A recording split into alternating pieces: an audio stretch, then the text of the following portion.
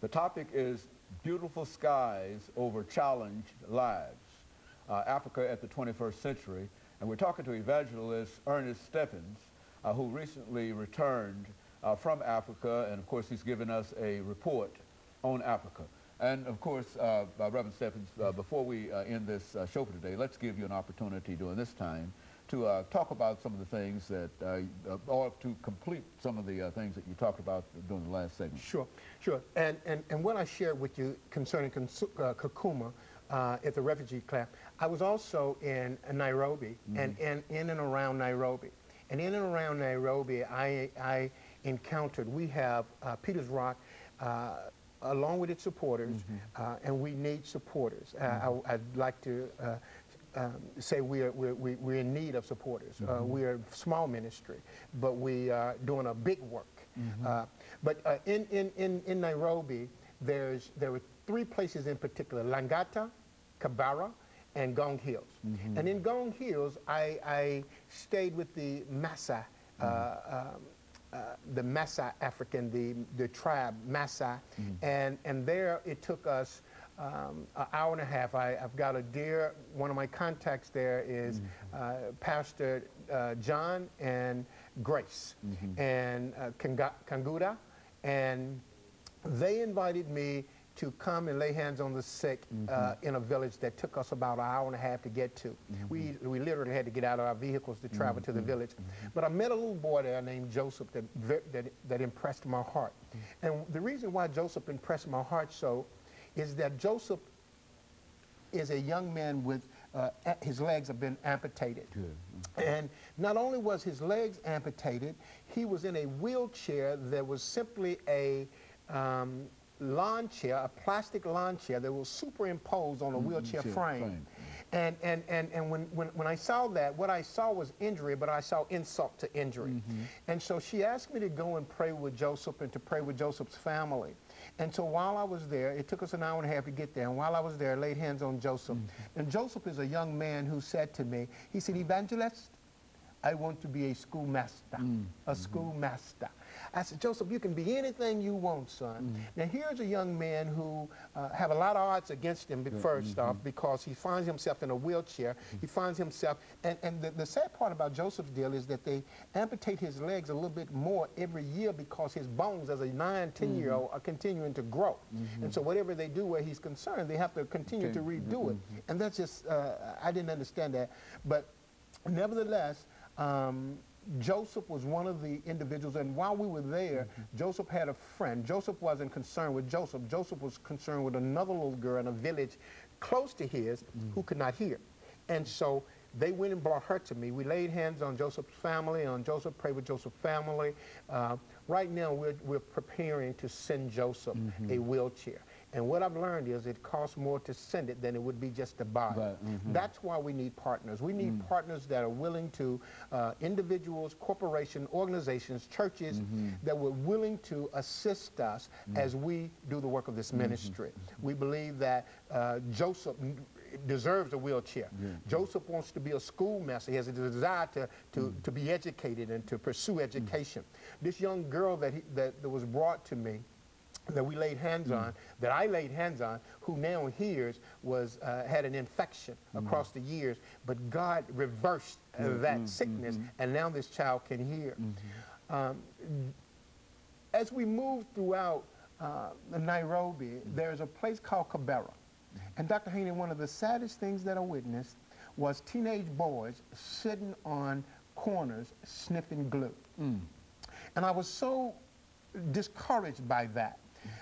I'm a street evangelist here in Nashville. Folk know me, a lot of that know me know that I go out into the communities and just spend Saturdays in the street witnessing for Jesus Christ. And so this particular day, I got out and went into Kibera. Kibera is referred to as the slum. And it's a very large community village, but it's a very slum community. And these young boys, it was so sad because one of the things that Peters Rock is doing, where the children in Kibera is concerned, is that we're wanting to have what America has identified to be a Head Start program. We figured out in America, if we put food on our babies' bellies, when they go to school, they can hear, they can concentrate better. And so that's in Africa, particularly in Nairobi, in Kenya, you have to take a standardized, the 6-year-olds have to take a standardized test to even get in school. And if they don't pass the standardized test, they don't get in school. And so what we're wanting to do is to assist them where their needs, their nutritional needs are concerned, that they could be better students. Those who are already 12 and 13, 15 and 18 and not in school, we're wanting to create a tailoring program, a skill, a trade that we can buy sewing machines and minister to them in that way. Because what I witnessed was not only sad to see, but it reminds me of our children here in America who have opportunity but fail to take advantage of the opportunities that they have. These children don't have the opportunity that our children have. Yet, if we get involved and make a difference, we can make a difference both in Africa and in America. Very good. Nobody should go without an opportunity to get a basic education. This is 2006. And so what we're willing to do, what we're asking folk to do, and you can write to the P.O. Box, you can send your resources, your checks to the P.O. Box, or you can touch base at www.EarnestStephens.org. Spells like Stevens, S-T-E-P-H-E-N-S, but it's pronounced Stephens. EarnestStephens.org, and get our contacts. We have, you can contact us by the web. You can email me at ernest@ErnestStephens.org. The P.O. Box is P.O. Box 41631, Nashville, Tennessee, 37204. We are, again, a small ministry doing a big work because we want to be difference makers. And we're expecting to make a difference in the lives of not only the children in Africa, we're expecting to make a difference in the lives of the children here in America. And that's our desire. We want to be the hands and the feet of God. The mission statement for Peter's Rock is to catch the fish, evangelize, to clean the fish, disciple him, and then help him find his stream of ministry. So our desire is to affect lives in such a way that we can encourage both boys and girls and teenagers and young adults to taste and try Jesus, for he's real. And let him be your example of what daddy should look like, or what mama should look like.